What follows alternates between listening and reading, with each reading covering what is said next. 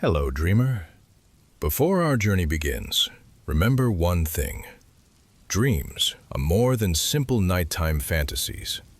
Here, you can be anything, feel anything,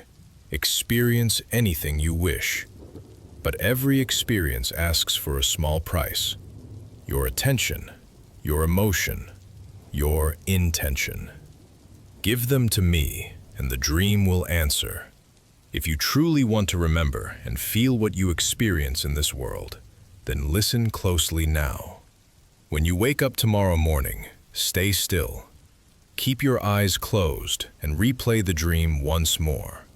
Every image, every sound, every feeling. Then hold on to it. Whisper it into a voice note or write down a few quiet lines before the day gently pulls it away from you. This is how your dreams begin to remember you too. And if this world speaks to you, if you want to go deeper, further, into a place that can hold everything, then follow, like, and comment below. Tell me where you are, when you are listening, and which dreams have come to visit you. And if you are not yet sure how to reach this level, just stay close. I will guide you, step by step. Before we begin, dreamer, make sure your phone can rest as well. Place it where you can hear it in the morning, but far enough away that it will not tempt you tonight. Let it charge quietly and peacefully. Set the volume to a soft, perfect level. Loud enough for my voice, gentle against everything else. Turn on Do Not Disturb, but keep your alarm ready for the morning. Give yourself 5 extra minutes before you truly wake up. Those minutes are valuable, very valuable. When the alarm calls, stay calm. Call your dream back. See what your mind has created before it slowly fades away. And now, find your most comfortable position. Take a deep breath in and let your body sink into the bed. The world can wait. This moment belongs to you. Close your eyes and let the dream begin.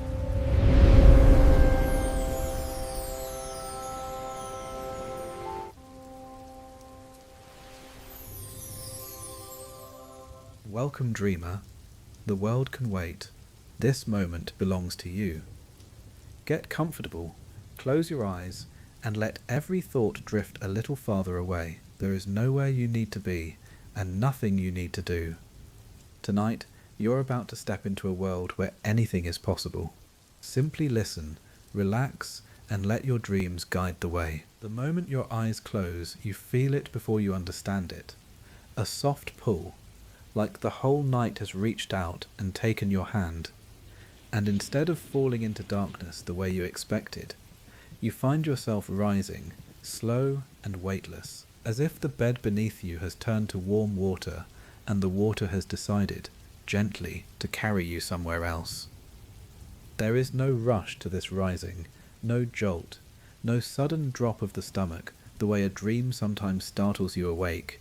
Only a long, easy drift upward, the kind you might feel on a warm summer lake when you stop swimming and simply let yourself float. And you realize, somewhere in the soft middle of your chest, that you are not afraid of this floating at all. That some quiet part of you has been waiting for it all day, below you. For just a moment, the ordinary world grows small and distant. Rooftops and streetlights folding into little points of gold. The way a town looks from a night flight, when everyone else on the plane has fallen asleep, and you are the only one still watching the window, and then even that view softens and blurs, like a painting left out in gentle rain, and the colours run together into a deep, warm blue. The blue of the very last minute before full dark. The blue that always feels like a held breath just before something wonderful. You do not fall through this blue. You drift through it, the way a single leaf drifts down from a high branch in autumn, taking its time, turning slowly end over end, in no hurry at all to reach the ground, and somewhere far ahead of you, so far it is only a suggestion at first, a rumour of light more than a light itself, something begins to glow. It is gold, but softer than any gold you have seen before. Gold the way a candle looks through a curtain, gold the way honey looks when you hold the jar up to a lamp, and the closer you drift toward it, the more that gold begins to separate into hundreds of smaller lights, each one flickering gently, each one its own small warm heartbeat in the dark. You understand, somehow, without needing to be told, that you are looking at a city. Not a city the way you have known cities before, with their hard edges and their noise, but a city built for exactly this hour.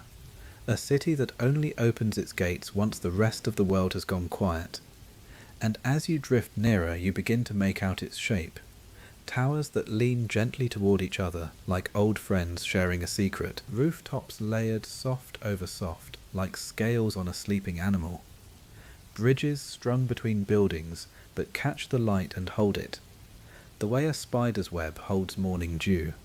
Somewhere, very faintly, you hear music, though it takes you a while to notice it, because it is not the kind of music that announces itself. It is the kind that has simply always been playing, low and slow, like the city itself is breathing in a gentle, steady rhythm, in and out, in and out. You drift closer still, and the shapes of the towers grow clearer, softer, more detailed, and you notice small things now that you could not have seen from farther away. A string of lanterns swaying gently between two rooftops, a curl of pale smoke rising unhurried from a chimney, a single window glowing warm behind a curtain that stirs, just slightly, as though someone inside has only just settled into a chair by the light. None of it moves quickly, none of it needs to. The whole city seems to exist at exactly one speed, slow and warm, and endlessly patient. And you find your own drifting has already begun to match it, without your ever deciding it should. There is a gate ahead of you now, tall and made of something that might be wood, or might be old silver. It is hard to say in this light, and it stands open,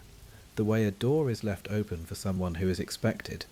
and above it, carved into the arch in letters that seem to shift and settle the longer you look at them, is a single word, Lucaris. You do not remember deciding to come here, and yet the name feels familiar in your chest, the way a lullaby feels familiar even the first time you hear the tune. And you drift forward, unhurried, and pass beneath the arch, and the moment you do, your feet find something solid beneath them, cool stone, smooth from centuries of careful footsteps, and for the first time since you closed your eyes, you are standing. You take a breath, and the air here tastes faintly sweet, like rain on warm stone, like the smell just after a summer storm has passed and left everything clean, and you look around slowly, giving yourself all the time in the world, because that is the one thing this place seems to have more of than anywhere else. Time, soft and unhurried and entirely yours. The street in front of you curves gently to the left, paved in stones that seem to hold a little of the light themselves, glowing faintly silver blue under your feet, and lanterns line the way on tall iron poles shaped like the branches of young trees, each lantern holding a small, steady flame that never flickers in any wind, because there is no wind here, only stillness, warm and complete. Along the street, the buildings lean close together, their windows glowing amber and gold, their rooftops soft with something that might be moss, or might be a fine layer of dust made of starlight. It is difficult to tell the difference in Lucaris, and everything, absolutely everything, seems to have been built by someone who loved quiet more than almost anything else in the world. You notice, as you walk, that your steps make almost no sound, the stone seeming to soften just slightly beneath each footfall,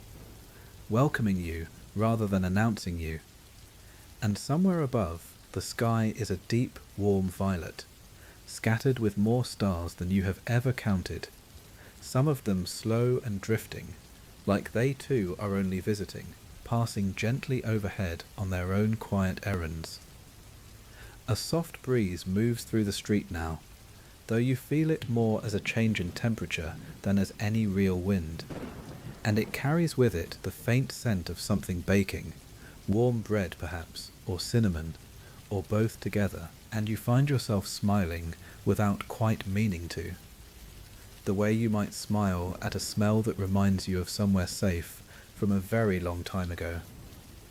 Ahead, the street opens into a wider square, and you slow your steps even further, because there is so much here to simply look at, so much gentle detail. Lanterns strung overhead on long threads of silver, little balconies crowded with sleepy flowers that seem to glow faintly from somewhere inside their own petals, doors painted in deep blues and soft greens, each one slightly different from the last, as if every home in Lucaris had been given the freedom to dream its own colour. You walk on, unhurried, and you notice that nothing here asks anything of you. There is nowhere you are expected to be, nothing you are meant to solve, no task waiting at the end of this street, only the simple, quiet pleasure of being here, of walking slowly through a city built entirely for rest. And you let that thought settle over you like a warm blanket, and you keep walking, deeper into the golden hush of Lucaris, toward whatever soft and gentle thing waits for you next. Ahead, near the corner where the street bends out of sight, you notice a tall, slender figure moving slowly from lantern to lantern, reaching up with a long, thin pole to touch each flame in turn. Though the flames need no lighting, they have never once gone out, and you understand, watching for a moment, that this quiet figure is not lighting them at all, only checking on them, the way you might check on a sleeping child, simply to feel the comfort of knowing they are still breathing softly. The figure wears a long coat the colour of dusk, and a wide, soft hood that hides most of its face, and it hums to itself as it works, a low, wandering tune with no particular shape,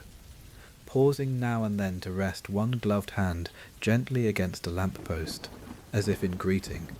before moving unhurried to the next. It does not turn as you pass, though you feel, somehow, that it knows you are there, the way the whole city seems to know, and its quiet, patient tending of every small flame along the street fills you with an odd, warm comfort. The comfort of understanding that even here, in a place built entirely for rest, someone gentle is still moving softly through the dark, making sure every light stays exactly as warm as it needs to be. You glance up, as you walk on, at the windows above the street, and in one of them, framed by pale curtains, a small round shape naps curled on a cushioned sill, one paw twitching faintly, lost in some small dream of its own, and in another, a single candle burns low and steady behind glass, and you find yourself smiling again, that same soft, unasked-for smile from the market, at how completely, how thoroughly, this whole city has been built for nothing but gentle rest. The street bends downward now, so gently you almost do not notice the slope, and the sound of water begins to reach you before you see it. A soft, unhurried sound, the kind water makes when it is in no hurry to get anywhere either. And you follow that sound around one more slow curve until the buildings part and the canal opens up in front of you, wide and dark and smooth as glass, holding the whole violet sky and all its slow stars upside down in its surface, so perfectly that for a moment it is hard to tell which way is up and which way is down, and it does not seem to matter at all. Little boats rest along the edge of the water, and you drift closer to look at them, and you see that they are not built from wood the way you might expect, but from something thinner and softer, pale and faintly glowing, almost like paper, almost like the wings of a moth, folded and creased into long, graceful shapes, each one different, each one clearly made by careful hands that had nowhere else they needed to be. Some of the boats already hold small lanterns, resting in their centres like a single seed in the middle of a leaf, and their light spills out through the thin hull in soft patterns, so that each boat glows faintly from within, a small floating secret. You sit down at the edge of the canal, your feet not quite touching the water, and you watch as one of the boats, untethered, begins to drift on its own down the centre of the canal, carried by a current so slow and so gentle You can barely see it moving at all, and yet somehow, watching it go, you feel something in your own chest loosen just slightly, the way your shoulders drop after a long day when you finally sit down somewhere soft. The boat's lantern light ripples out across the black water in long, slow lines, gold breaking apart and coming back together, gold breaking apart and coming back together, and you find your breathing has already begun to match that same unhurried rhythm without you deciding to let it. Somewhere along the far bank, a set of small chimes hangs from a lamp post, thin strips of pale metal that catch what little breeze there is and answer it with soft, round notes, not sharp the way chimes sometimes are, but low and warm, almost like the sound of a spoon gently touching the side of a porcelain cup. And you let yourself listen to them for a long while, doing nothing else, thinking of nothing else, simply here, simply listening, simply held by the sound. Across the canal, on the opposite bank, you notice figures moving slowly along the water's edge, and at first you cannot quite make out what they are, and then one turns slightly and catches the lantern light, and you see that they are not people at all, not exactly, but soft, rounded shapes, a little like large cats, a little like folded clouds, moving on quiet paws, their fur or their feathers or whatever it is that covers them, holding a faint private glow, the way the embers of a fire hold their warmth long after the flames themselves have gone quiet. They do not look your way. They are simply going about their own slow business, tending small gardens along the water, resting on doorsteps, and their presence makes the whole scene feel even softer somehow, even safer, the way a house feels safer once you know someone gentle is home. You rise after a while and walk along the canal's edge, following the water as it winds between the buildings, crossing beneath little arched bridges strung with more of those thin silver threads, each one holding tiny lanterns like beads on a very long, very patient necklace. Every bridge you pass beneath makes a small, soft sound overhead, almost like a sigh, almost like the whole bridge is settling more comfortably into its own arch, and you find that you have started counting the bridges without quite meaning to. 1, 2, 3, though you lose count somewhere around the 5th, and you find you do not mind losing it at all. Somewhere behind you, faint enough that you cannot say exactly where it begins, a voice drifts out over the water, low and wordless, more hum than song, rising and falling in slow, easy waves, and you cannot tell if it belongs to one of the soft, glowing shapes tending their gardens along the far bank, or to the water itself, or to the whole quiet evening folding gently around you, and you decide, unhurried, that it does not matter which, only that it is warm and slow, and exactly the kind of sound that seems to settle a little deeper into your chest with every step you take beside the water.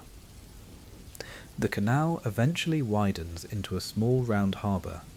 and here the water is even stiller, even darker, and dozens of the little glowing boats rest together near the centre, clustered close, the way boats do when they have decided among themselves that this is a good place to simply be.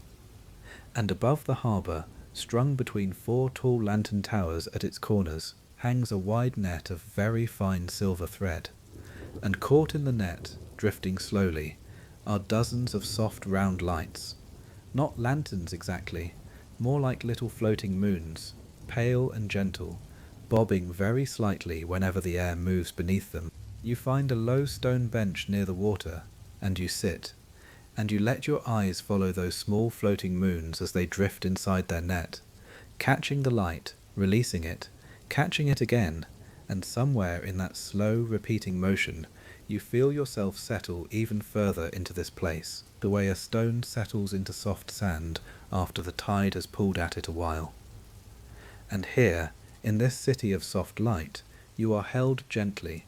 the way every dreamer has always been held, though you could not have said until this very moment that you had ever needed holding at all. You do not know how long you sit at the little harbour. Time in Lucaris does not move the way it moves in the waking world, It moves the way honey moves, slow and warm and unhurried, pooling wherever it likes, and you are in no hurry to ask it to move any faster. Eventually, though, something new catches your attention. A warm smell drifting on the still air, cinnamon, and something like toasted sugar. And beneath your quiet curiosity, the faintest sound of soft voices and softer bells, coming from somewhere just beyond the harbour, up a narrow street lit gold at its far end, and you rise from the bench, unhurried, and let the smell and the sound guide you gently forward, the way a warm hand might guide a sleepy child toward the kitchen on a cold morning. The narrow street climbs just slightly, and as you follow it upward, the warm smell grows stronger, cinnamon and toasted sugar and something like warm milk, and the soft sound of bells grows clearer too, until the street opens all at once into a wide square filled with the gentlest market you have ever seen. Stalls line every side, built from the same pale glowing wood as the little boats, their roofs strung with more silver thread and small round lanterns, and above the whole square larger lanterns drift free in the air, untethered, rising and falling ever so slowly, like the market itself is breathing. You wander between the stalls slowly, in no hurry to reach any particular one, and you let your eyes move over the goods laid out on each table, and you find that nothing here is quite what you expected, and everything here is exactly what you needed. At one stall, a soft-shelled creature with kind, round eyes arranges small glass jars, and inside each jar swirls something that looks like fog caught mid-drift, pale grey and slow-moving, and when you lean close, you realize the jars are humming very faintly, a low, warm note, almost like a sleeping cat. You do not need to ask what is inside them. You already understand, somewhere in the soft middle of your chest, that they hold quiet, bottled quiet, ready to be poured out wherever it is needed most. At the next stall, bolts of fabric are stacked in high, leaning towers, and you reach out without quite deciding to, and let your fingers rest against the nearest one, and it is unbelievably soft, softer than anything you have touched in the waking world, cool and warm at once,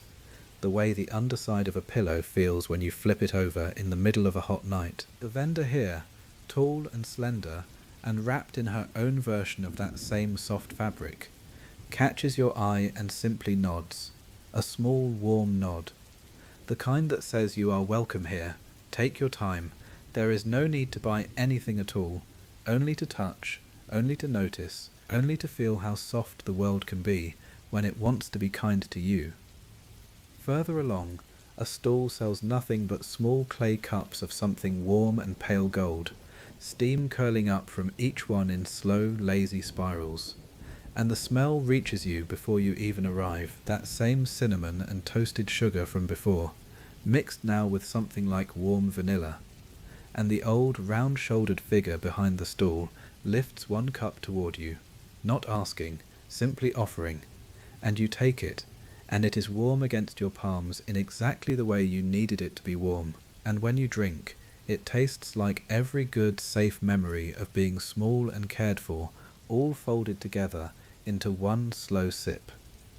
You walk on, cup still warm in your hands, past a stall of small wooden birds that do not fly but instead sit in careful rows, turning their heads slowly, almost lazily, to watch you pass, past a stall stacked with round loaves of bread, the colour of the moon,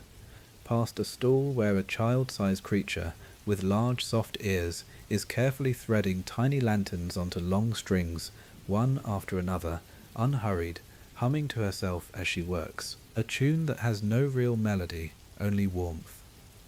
At a stall near the square's edge, a stooped, patient figure sits mending what look like small tears in pieces of soft, shimmering cloth, the fabric catching the lantern light and scattering it in tiny drifting sparks with every careful stitch, and you watch for a while, unhurried, as one small tear closes beneath the figure's slow, steady hands, the cloth settling smooth and whole again, and you find yourself wondering Without needing an answer, what small worn places might be mended in you tonight, simply by walking slow enough through a place built to hold you this gently?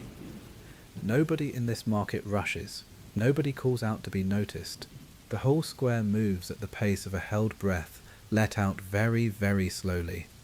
And you find your own steps have slowed to match it. Your own shoulders have dropped. Your own hands have stopped needing anywhere to go, content simply to hold the warm little cup a while longer. Near the centre of the market stands a low round fountain, not spilling water, but something that looks more like light, pale gold, pouring endlessly from a carved stone bowl at its centre, and dissolving softly into the air just before it would have splashed onto the ground. And a small crowd of the market's soft-shelled and round-eared and quietly glowing visitors have gathered near it, some sitting, some simply standing close. All of them turn toward the light, the way people turn toward a fire on a cold night, drawn without needing a reason. You find a low stone step near the fountain's edge, and sit, resting the empty cup beside you. And you let yourself simply watch the light pour and dissolve, and somewhere in that endless, gentle repetition, you feel the last small tension you had been carrying, some tightness you had not even known was still in your shoulders, finally let go. It is here, sitting by the fountain of falling light, that you first notice something small, watching you from beneath the nearest stall. 2 eyes, low to the ground, catching the golden glow and holding it, curious rather than cautious, patient rather than shy.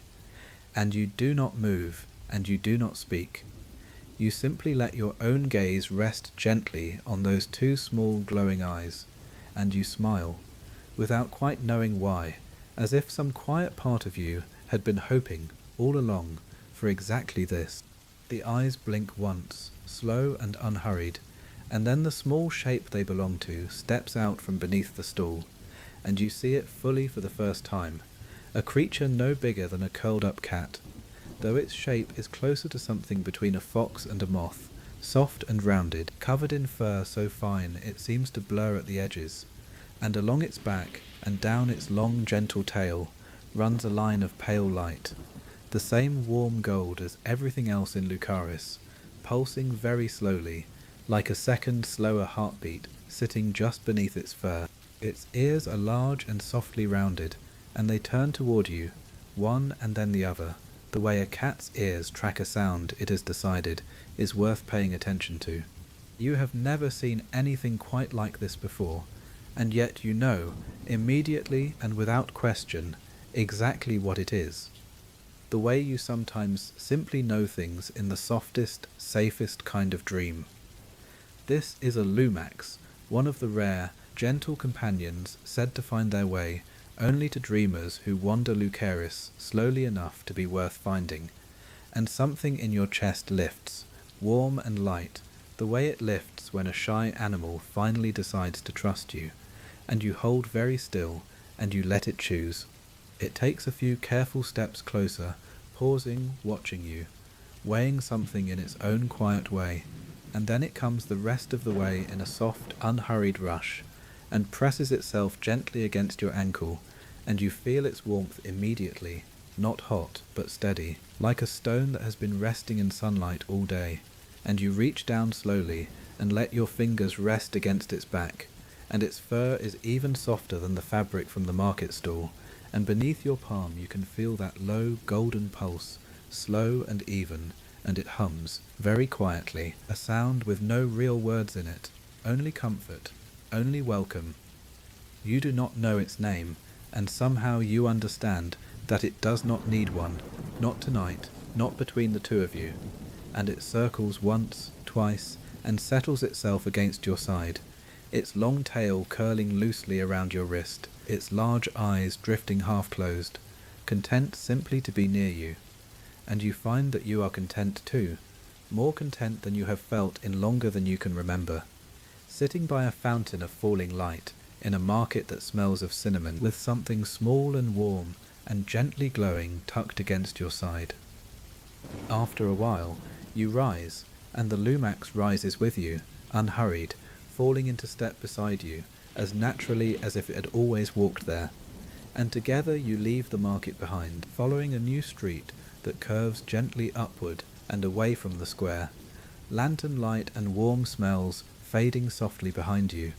replaced slowly by a hush that feels different from the harbour's hush, quieter somehow, older, the kind of quiet that belongs to a room full of very old, very patient books. The street ends at a tall arched doorway set into a building unlike any other you have passed tonight. Wider and taller, its stone walls carved all over with soft curling shapes that might be letters in a language you do not know, or might simply be decoration. It is impossible to say, and impossible, somehow, to mind not knowing. The door itself stands open, the way every door in Lucaris seems to stand open for you, and warm light spills out from within, gold at the edges, deepening to a soft amber further inside, and the lumax presses gently against your leg, urging you forward, patient but certain, the way a trusted friend nudges you towards something they already know you will love. You step through the archway, and the air changes immediately, cooler, drier, carrying the faint papery smell of old books, and something sweeter underneath, like dried flowers pressed between pages many years ago. And you look up, and up, and up, because the room ahead of you rises far higher than the building's outside walls seem to promise, shelves curving away on every side, wrapping around and around in slow spirals that climb up into a soft golden haze somewhere far overhead, so high that the topmost shelves are only a suggestion of shape, a rumour of books rather than books themselves. The shelves themselves seem to breathe, very slightly, rising and falling in a rhythm too slow to be sure you are truly seeing it. And the books upon them shift now and then, not falling, never falling, only resettling, the way a sleeping animal resettles itself without ever fully waking. Some of the books glow faintly along their spines, soft blues and greens, and one deep warm red near the bottom shelf closest to you. And you reach out and let your fingers trail along a row of them, feeling the worn leather, the soft cloth, the strange smooth material of one that feels almost like warm stone. At the centre of the room stands a wide round table, its surface deep amber wood, and upon it rests a single open book, its pages pale and blank, and as you step closer, curious, you watch as faint golden letters begin to bloom slowly across the page, one word gathering into being, then another, then a whole soft line, the way frost creeps across a window in the cold, except here the words feel warm rather than cold, gentle rather than sharp, and you lean in to read them, and you find they are not really words in any language at all, only shapes that feel, somehow, exactly like the word welcome would feel if you could touch it. The lumax hops up onto the table's edge and curls there, watching the page with you, its tail flicking once, lazily, and together you watch as the golden words fade slowly, softly, and new ones bloom in their place, an endless unhurried conversation between the book and the room and the dim golden light, and you realize you could sit here for a very long time, simply watching this happen. And some part of you understands this is exactly what the library is for, not to be read the way books are usually read, but to be watched, to be felt, to be allowed to write and rewrite itself while you simply witness, asking nothing, needing nothing, only present. You wander further in, past shelves that lean close together to form narrow, cosy little alcoves, each one holding a single soft chair or a low-cushioned bench, each one lit by its own small floating lantern that seems to know, somehow, exactly how much light is needed, and no more. In one alcove, a creature not unlike the ones from the market sits curled in a chair far too big for it, fast asleep, a thin book open and forgotten on its lap, rising and falling gently with its breath, and you step past quietly, careful not to wake it, though something tells you that nothing in this library could truly be disturbed. Not really, not here. In another alcove, two smaller creatures sit close together on a wide cushioned bench, taking turns pointing at something on a page you cannot see from where you stand, whispering to each other in soft, overlapping voices too low to make out any actual words. Only the warm, easy rhythm of two friends sharing a quiet story before bed, and you pass them by slowly, smiling at nothing in particular, simply glad in some small wordless way that this library seems to hold room enough for every kind of gentle company, alone or together, awake or nearly asleep. Near the back of the room, a wide window looks out not onto the street you came from, but somehow onto the rooftops of Lucaris themselves, spread out below in soft, uneven rows, gold light glowing from 100 small windows, and beyond them, rising above every other rooftop, you notice for the first time a single tall tower, far taller than anything else in the city, its topmost point catching more light than seems reasonable, a slow, warm gold that pulses gently, almost like a heartbeat, almost like the whole tower is quietly, patiently awake, watching over everything below it, with the same soft patience you have felt in every corner of Lucaris tonight. Something about that tower feels familiar, the way the name of the city felt familiar when you first read it above the gate, and you find yourself thinking, without quite knowing why, of a voice that welcomed you before any of this began, warm and unhurried, telling you the world could wait, and you smile at the window, at the tower, at the whole soft golden shape of this place that seems to have been waiting for you, and the Lumax, sensing your stillness, presses its head gently against your hand, and together you watch the tower's slow light for a long, unhurried moment before turning back toward the room. You do not leave the library empty-handed, though you could not say, later, exactly how you came to be holding it. Only that, as you turn to go, a small book rests in your palm, thin and soft-covered,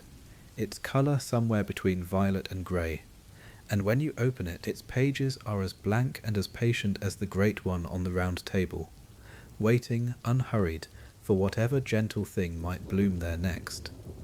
You tuck it carefully against your chest, and the Lumax rises from the table and hops down, falling back into step beside you, and together you make your way back toward the tall arched door, back out into the warm night air of Lucaris, where somewhere ahead you can already hear the soft, distant sound of chimes, calling gently from higher up the hill. You follow the sound of the chimes up a street that climbs steadily now, the stone beneath your feet giving way, after a while, to wide wooden steps, pale and smooth, worn soft by countless unhurried feet before yours, and the Lumax bounds ahead of you a little, then circles back, then bounds ahead again, clearly delighted by the climb in the simple, easy way that small, warm creatures are delighted by almost everything. The houses here grow smaller and further apart, their gardens spilling over low stone walls, heavy with flowers that seem to glow faintest just before you look directly at them. Shy little lights that brighten only from the corner of your eye. At the top of the steps, the street narrows into a long, gently arched bridge, strung from end to end with lanterns of every size, some tiny as fireflies, some large as lamps, all of them swaying, ever so slightly, though you still cannot feel any real wind against your skin, only the faint warm suggestion of one. The bridge does not connect one street to another the way ordinary bridges do. Instead it rises up and away from the rooftops entirely, arcing higher and higher into the violet dark until you cannot see where, or even if, it ends. You step onto it anyway, unafraid, because nothing about tonight has given you any reason to be afraid, and the wood is warm and solid beneath your feet, steadier than it has any right to look, and the Lumax trots ahead of you, tail high, glancing back now and then to be sure you are following. As you climb, the city begins to open up beneath you in a way it never could from the ground, rooftop after rooftop after rooftop, each one glowing its own small warm gold. The canal a long dark ribbon threaded through the middle of it all, the market square a soft cluster of brighter light near its centre, and above all of it, closer now, that single tall tower, its crown-shaped top catching more and more light the higher you climb, as if it is rising to meet you, or as if you are simply, finally, close enough to see it clearly. You pause partway up the bridge, resting one hand on the smooth railing, and you let yourself simply look for a while at the whole soft, glowing shape of Lucaris spread out below.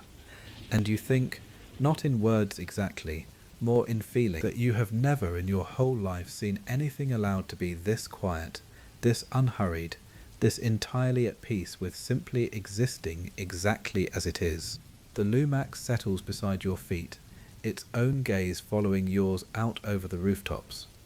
And for a long moment neither of you moves, two small warm shapes resting together on a bridge strung with 1,000 gentle lights, high above a city built entirely for rest. From up here you can trace the whole shape of your evening laid out gently below you. The canal curling silver dark through the lower streets, the market square glowing warm near its bend, the tall arched roof of the library rising just beyond it, its shelves, you imagine, still breathing slow and even in the dark. A soft light drifts along one of the lower streets, small and steady, and you realize, watching it, that it is the lamplighter you passed so long ago, still making its slow, careful rounds, still pausing at each post, still humming its low, wandering tune to whichever flames are lucky enough to be checked on next. You notice, too, how the city seems to grow softer the longer you look at it, not fading exactly, but settling, the way a whole room settles once the last few voices in it have quieted for the night, and you find that you are settling along with it, your own held breath easing further out of you with every slow moment you spend simply watching, simply resting here, on this bridge, above all of it. The Lumax nudges your ankle gently after a while, patient but certain, the way it has nudged you toward every gentle thing so far tonight. And you rise, unhurried, ready to keep climbing. When you continue on, the bridge begins to level out, and the air grows cooler and clearer, carrying with it a new scent now, something green and alive, growing things, damp earth, the particular sweetness of flowers that only open once the sun has fully gone. The bridge ends at last at a wide stone terrace, open to the sky on every side, and the terrace is filled, edge to edge, with a garden unlike any you have walked through before. Low hedges trimmed into soft, rounded shapes, winding paths of pale gravel that seem to glow faintly underfoot, and flowers everywhere, more flowers than you could ever hope to count, each one holding its own small point of light somewhere deep inside its petals, so that the whole garden looks, from where you stand, like a piece of the night sky itself has settled gently down onto the rooftops to rest. You wander the winding paths slowly, the Lumax weaving in and out of the low hedges beside you, occasionally pausing to press its nose curiously against the glowing bloom before trotting on, and you find that every flower here seems to respond, very slightly, to being noticed, brightening just a little when your gaze rests on it,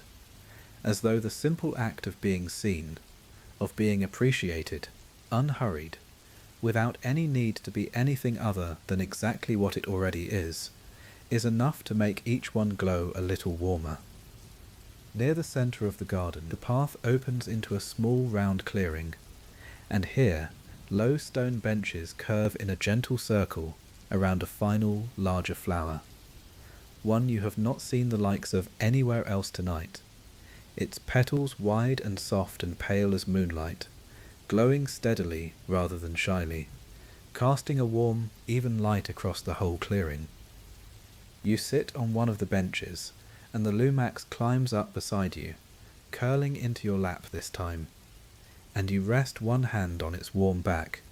and with the other you find yourself opening the small violet book from the library, and you are not surprised, not really, to find that a single soft line of golden words has already begun to bloom across its first page. You do not read the words so much as let them settle over you, the way you might let someone read to you softly from the next room while you lie half asleep, catching only the warmth of the voice and not every single word, and the golden letters seem to understand this, shaping themselves into a slow, gentle telling, rather than a story that needs following closely. They tell you, in their own quiet way, of how this garden came to glow, of a night long before you arrived, when the very first dreamer wandered this same hill, tired in a way that had nothing to do with sleep, and everything to do with carrying too much for too long, and how the flowers here, sensing this, had opened themselves fully for the very first time, pouring out their small private light, simply to keep that first dreamer company. Because the one thing every flower in Lucaris seems to understand is that no one should ever have to rest in the dark completely alone. The words tell you that every dreamer who finds their way here leaves a little of their own warmth behind, folded gently into the stone, into the water, into the soft glowing petals, which is why the whole city feels, to anyone who wanders it slowly enough, like somewhere it has always, somehow, already loved you back. They tell you that the little floating moons over the harbour were once ordinary lanterns, until enough tired, grateful dreamers passed beneath them that they simply forgot, over time, how to stay tied to anything at all, choosing instead to drift, free and gentle, forever. They tell you, last of all, that the small violet book resting now in your own hands has held 100 other stories before this one, each belonging to a different dreamer, each one different, and each one, without exception, ending exactly the same way, safely, softly, and warm. The golden words fade slowly from the page, the way they always do, unhurried, complete, and you close the little book gently and hold it against your chest again, feeling, in some quiet, wordless way, that you have just been welcomed into something far older and far kinder than you had understood even a few minutes ago. The Lumax stirs in your lap, stretching once, its small clawed feet flexing slowly against your knee, and then it hops down and trots a few steps toward the edge of the clearing, pausing there, looking back at you the way it looked back at you on the bridge, patient, certain, inviting you to follow just a little further. You rise from the bench, tucking the book safely into the crook of your arm, and instead of leading you straight back toward the hedges, the Lumax turns the other way, padding along a narrow side path you had not noticed before, half hidden beneath a low arch of climbing vines, and you follow, unhurried, curious in that soft, easy way that asks nothing and expects nothing. The path opens, after a short while, into a wide, round hollow, sunk gently below the rest of the garden, its grassy slopes curving down toward a soft, mossy centre. And here, scattered comfortably across the grass, you find you are not the only visitor to Lucaris resting tonight. Small shapes lie here and there across the hollow, some in pairs, some alone, some in loose, sleepy little clusters, each one glowing faintly with its own soft private light, the way embers glow long after a fire has burned low. And you understand, standing at the top of the slope, that you are looking at other dreamers, other quiet, tired travellers who wandered into Lucaris on some other night, or perhaps this very same one, and simply never felt any need to leave. None of them stir as you arrive, and none of them need to, because there is a wide, unspoken understanding here, the kind that does not need explaining, that everyone resting in this hollow tonight is welcome exactly as they are, that no one will be woken, that no one will be asked why they are tired, or how long they mean to stay. You walk slowly down the gentle slope, the Lumax close beside you, and you find a soft, open patch of grass near the hollow's low centre, not too close to anyone else, not too far either, exactly the right distance, the way this whole city seems to know exactly the right distance for everything. You sit, and the Lumax curls at once into your lap, and you look around slowly at the other soft glowing shapes scattered across the grass, and listening closely, you notice the hollow carries its own quiet sound, dozens of slow, even breaths overlapping gently into one long layered hush, in and out, in and out. No two breaths quite matched, and yet somehow together, forming one single, unhurried rhythm, warm and steady, as though the whole hollow itself is breathing. Your own breath settles into that same shared rhythm, without any effort at all. One more soft breath added to the many, one more small warmth folded into the wider warmth of the hollow. Somewhere near the centre, half hidden beneath a low, spreading tree strung with the same small silver lanterns you have seen all across the city, a very old, very round creature, somewhere between a bear and a cloud, sits with its eyes closed, humming very softly, a tune with no real beginning and no real end, only a slow, looping melody that rises and falls with the hollow's own breathing. And though you do not know the words, if there were ever any words at all, you find you do not need them. The sound itself, warm and round and endlessly patient, is enough. You lie back slowly into the soft grass, the lumax warm against your side, and you let your eyes rest half closed for a while, simply listening, simply resting among all these other quiet shapes. And you understand, in that same wordless way you have understood so much tonight, that this is one of the truest gifts Lucaris has to offer. Not wonder, though there has been plenty of that already, but simply this, the ordinary comfort of resting somewhere safe, surrounded by others who are resting too. None of you needing anything at all from one another, except the quiet, shared fact of being here, together, unhurried, in the warm dark. Nearby, one of the smaller shapes shifts slightly in its sleep, tucking itself a little closer to the shape beside it, and neither one wakes.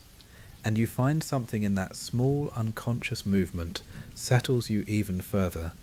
a quiet reminder that comfort, real comfort, often asks for nothing more complicated than simply being close to something warm. After a while, long enough that you could not say how long, the lumax stretches gently against you, and you understand, without needing to be told, that it is time to keep drifting toward wherever tonight still means to carry you.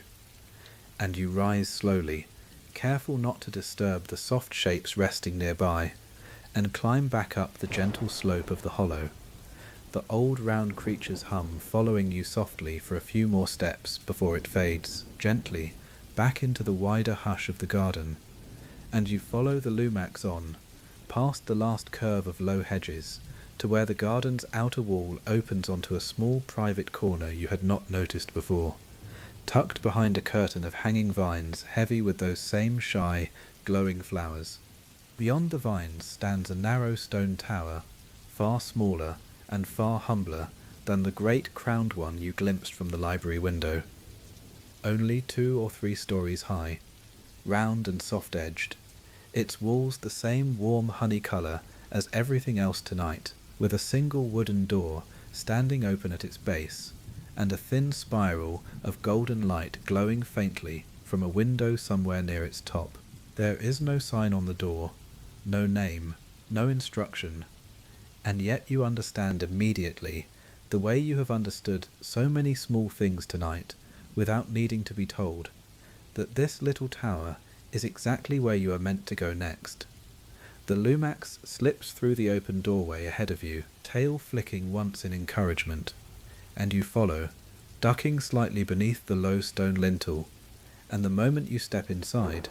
the warm, hushed quiet of the place wraps around you completely,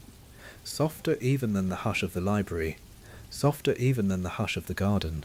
a quiet built, it seems, for exactly one purpose, and one purpose only. Inside, a narrow stone stair curves gently upward around the tower's inner wall, each step lit from below by a thin strip of that same soft silver-blue glow you noticed in the very first street you walked tonight. And you climb slowly, unhurried, one warm hand trailing lightly along the smooth stone wall, the lumax bounding ahead and then waiting, patient at each turn until you catch up. The climb is short, only a few dozen steps, but each one feels like it settles something further inside you, like each turn of the stair is quietly unwinding some small knot you had been carrying so long you had forgotten it was even there. At the top, the stair ends at a round wooden door, slightly ajar, warm light spilling from the gap, and you push it open the rest of the way and step through into a single round room that seems somehow far larger inside than the little tower promised from the outside, the way the best, safest rooms always do in dreams. The walls curve smoothly all the way around, painted the deep, warm violet of the sky outside, and directly above you, filling the entire ceiling, is a wide dome of clear glass, or something like glass, through which you can see the full night sky, closer and clearer than it looked even from the garden below. Stars drifting slow and lazy across it, a few of them trailing the faintest thread of gold light behind them as they go. At the centre of the room sits a wide, low bed, piled high with blankets and cushions, in every soft shade of blue and violet and warm grey. The kind of bed that seems to have been waiting patiently for exactly you, exactly tonight. A single small lantern rests on a low table beside it, its flame steady and unhurried. And beside the lantern, as if left there deliberately by someone who somehow already knew you would want it, sits a second clay cup, steam curling gently from its rim, filling the room with that same warm scent of cinnamon and toasted sugar from the market below.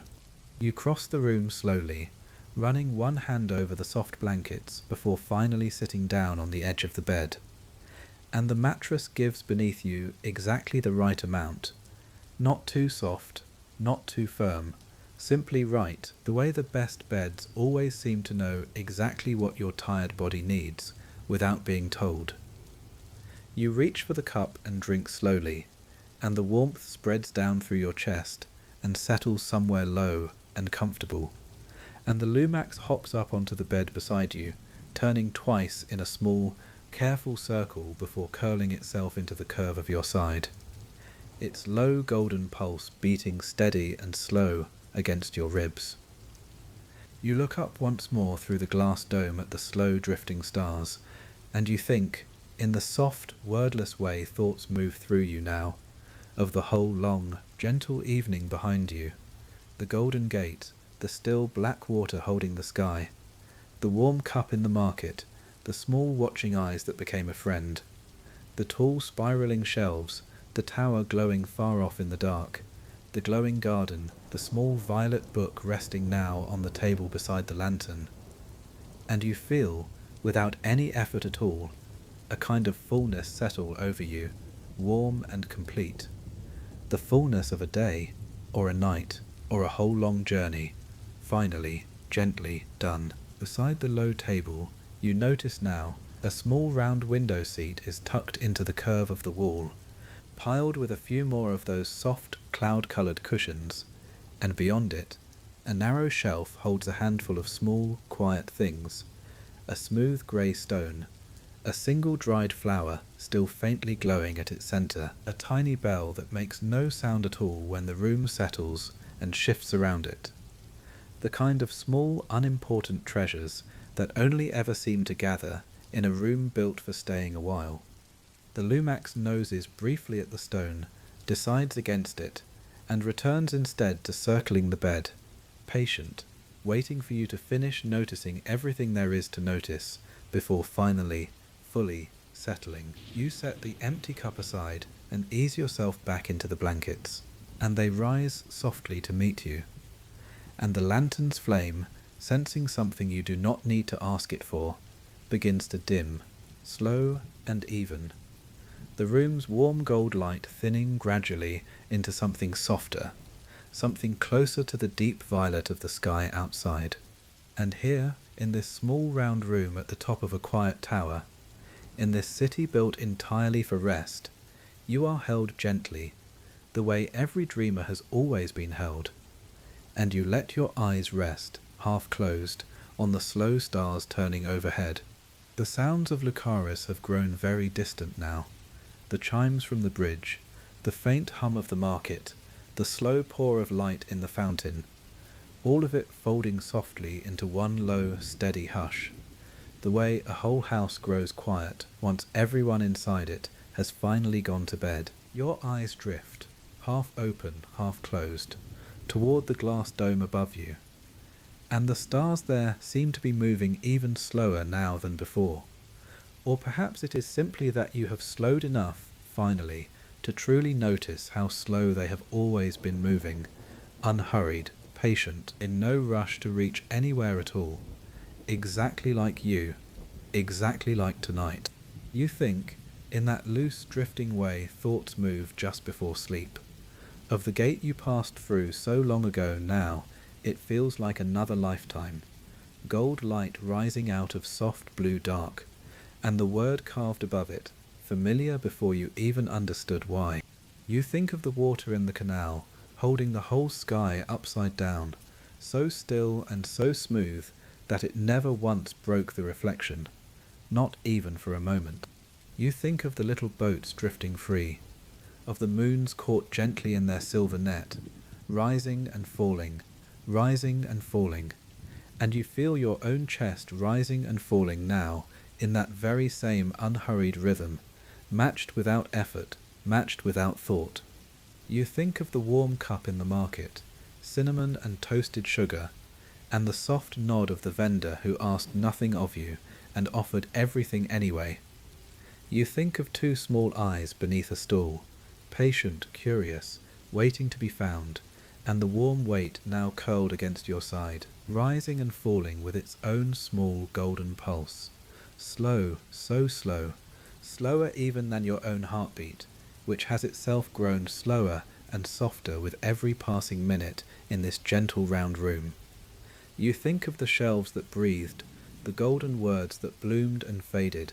and the small violet book resting now on the table beside you.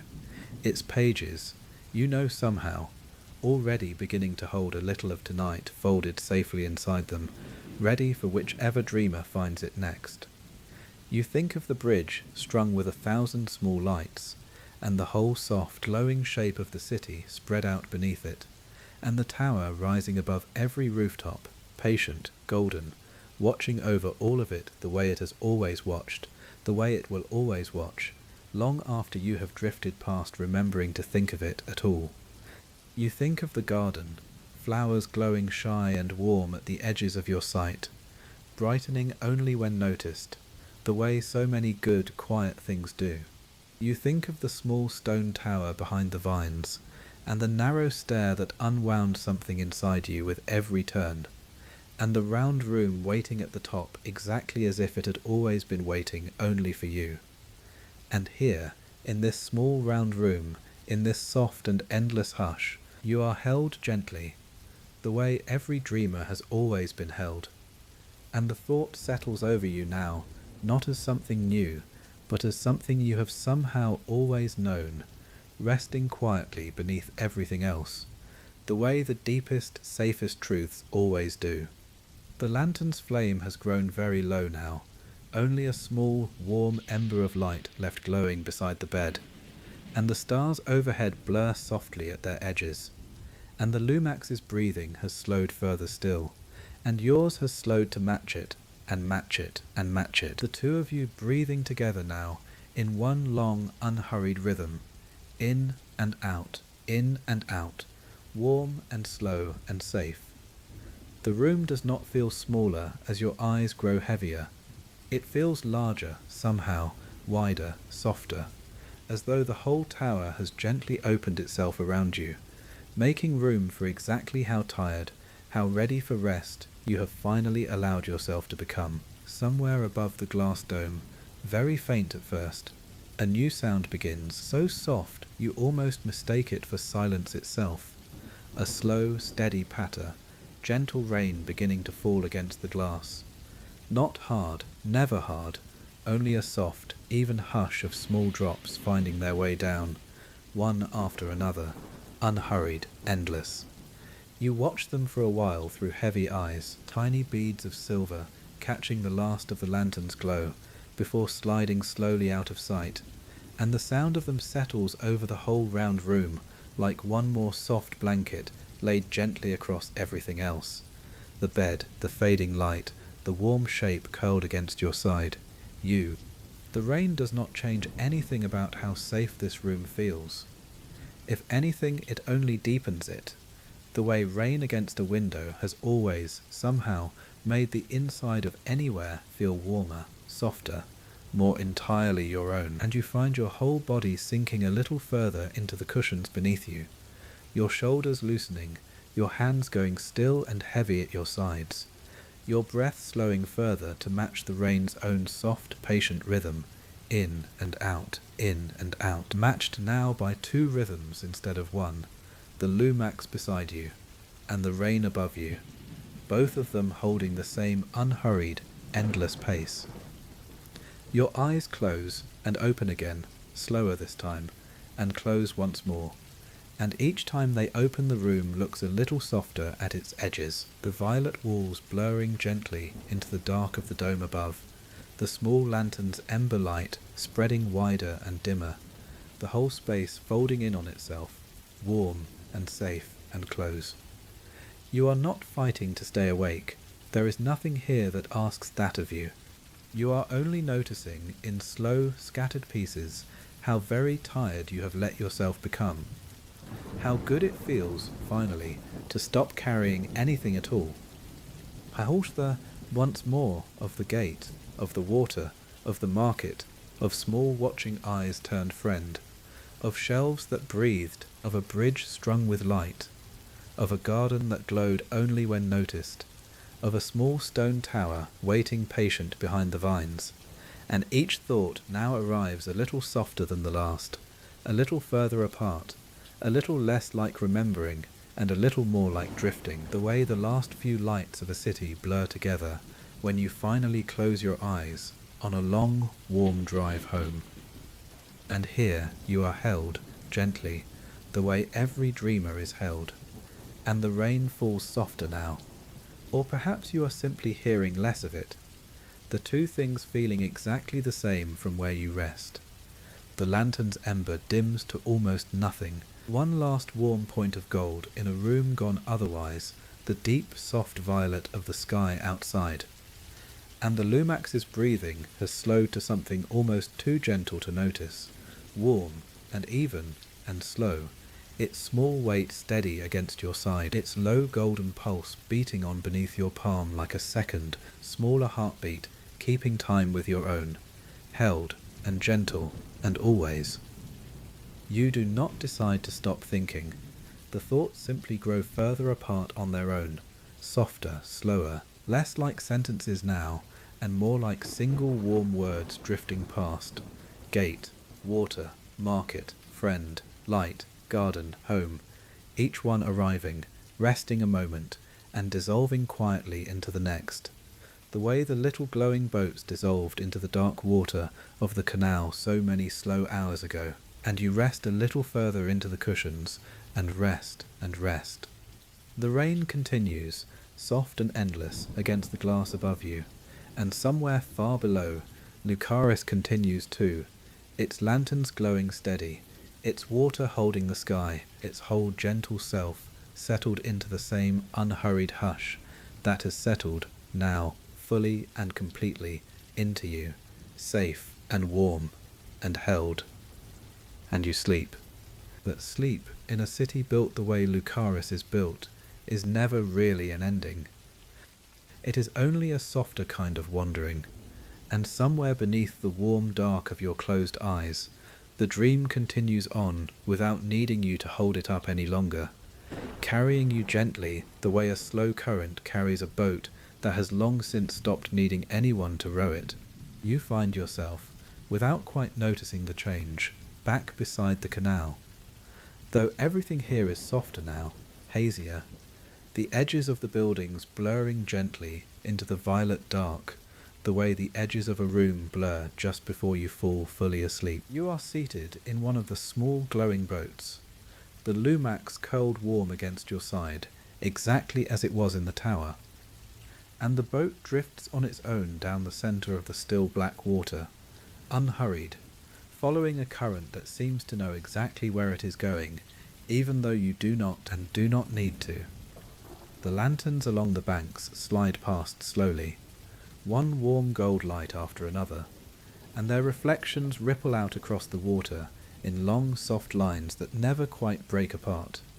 and you trail one hand over the boat's edge, feeling the water slip cool and slow between your fingers, and somewhere far off, so far it barely reaches you at all, you can still hear the faint patter of rain against glass, though here, in this second, softer layer of the dream, it sounds more like a lullaby hummed from another room than like rain at all. The boat carries you beneath bridge after bridge, each one sighing softly overhead as you pass, and you do not count them this time. You simply let them come and go, the same slow rhythm as your own breath, the same slow rhythm as the Lumax's breath, the same slow rhythm as the whole gentle city drifting by on either side of you. Once, half glimpsed through drifting eyes, you think you passed the little tower where you first found rest, its narrow window still glowing faint gold behind the vines, and you do not question how you could be resting there and drifting here at once. The way dreams never ask you to question such things. You simply let the sight of it, warm and familiar, settle over you like one more soft confirmation that you are exactly where you are meant to be. The canal widens, after a while, into water so open and so still that the sky above and the sky below become impossible to tell apart. Stars scattered in every direction, above you, below you, all around you, and the boat seems to float now, not on water at all, but directly through the soft, warm dark of the sky itself. You lie back slowly against the curved edge of the boat, the Lumax shifting only enough to stay pressed warm against you, and you look up, or perhaps down, at the endless drift of slow stars, and you feel, more than think, that you could stay exactly like this for a very long time, held by water that is also sky, carried by a current that asks nothing of you, watched over by lights that have never once been in a hurry to go anywhere at all, held gently the way every dreamer is held. The boat drifts on, unhurried, until the water beneath you grows shallow and soft, and you feel it more than see it. A gentle slowing, a quiet coming to rest, and when you next let your eyes drift open just slightly, you find the boat has carried you to a wide, still shore, just beyond the edge of the city, where the last few lanterns of Lucaris glow small and warm behind you, and ahead, a long meadow stretches out beneath the open sky. Soft grass silvered faintly, with the same gentle light that seems to touch everything in this place, rising and falling in slow, low hills that fade into the dark at the very edge of seeing. You do not remember stepping out of the boat, only that you are walking now, slow and unhurried, the grass cool and soft beneath your feet, the Lumax padding along close beside you, its tail brushing lightly against your ankle with every few steps. The meadow hums very faintly, not with any single sound you could name, but with the layered, distant hush of 1,000 small, quiet things. Grass settling, unseen wings resting, the very last far-off patter of rain, fading now to nothing at all. Fireflies, or something very like them, drift low over the grass in slow looping paths, their light a paler, cooler gold than the lanterns of the city, and you watch them for a while as you walk unhurried, in no need of anywhere in particular to arrive, and you find that simply watching them, simply being here, in this wide, soft dark, beneath a sky full of slow stars, is enough, more than enough, exactly enough. Far off at the very edge of the meadow, where the grass finally gives way to a line of tall, soft-shouldered trees, you notice the faintest outline of the city you have just left, its lanterns reduced now to a low, warm smudge of gold against the dark, the way a whole evening looks once you have finally turned toward home, and rather than missing it, you find the sight of it only deepens the quiet here, a soft reminder that Lucaris is still exactly where you left it, patient, glowing, in no hurry at all for you to return. Near the centre of the meadow, The ground rises gently into a low, rounded hill, and at its top you find yourself settling down into the cool grass without quite deciding to, the way your whole body has been settling, deeper and deeper, ever since the very first street of Lucaris opened out in front of you, so many slow hours ago. The Lumax curls immediately against your side, and you lie back, and the sky above you is vast and soft and endless, and you let your eyes move slowly across it, from one drifting star to the next, in no hurry at all. You think, distantly, of the small violet book waiting back in the tower, its pages a little fuller now than when you first found them. You think of the tall golden tower rising somewhere behind you, patient, watchful, glowing on through this whole long night, the way it always has, the way it always will. You think of the warm cup, the soft fabric, the shy glowing flowers, the shelves that breathed, the bridge strung with light, and each thought is smaller now, softer now, arriving like the very last few drops of a rain that has almost, but not quite, finished falling. The grass around you seems to hold its own faint warmth, rising up gently to meet your back, your shoulders, the back of your head, and somewhere close by, though you could not say exactly where,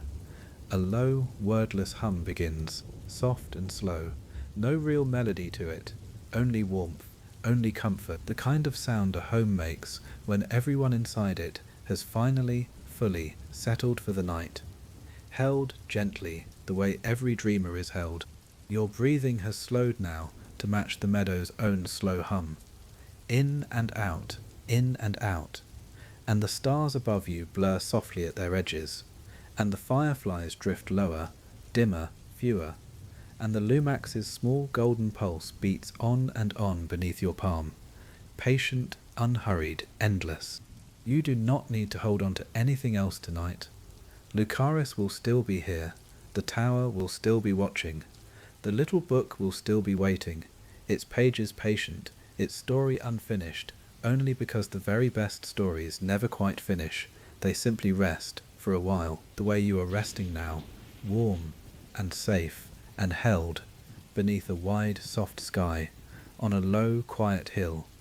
at the gentle edge of a city built entirely, and only ever, for you, somewhere, very far off now. You feel the faintest sense of the whole night gathering itself gently around you, the gate, the water, the market, the friend curled warm at your side,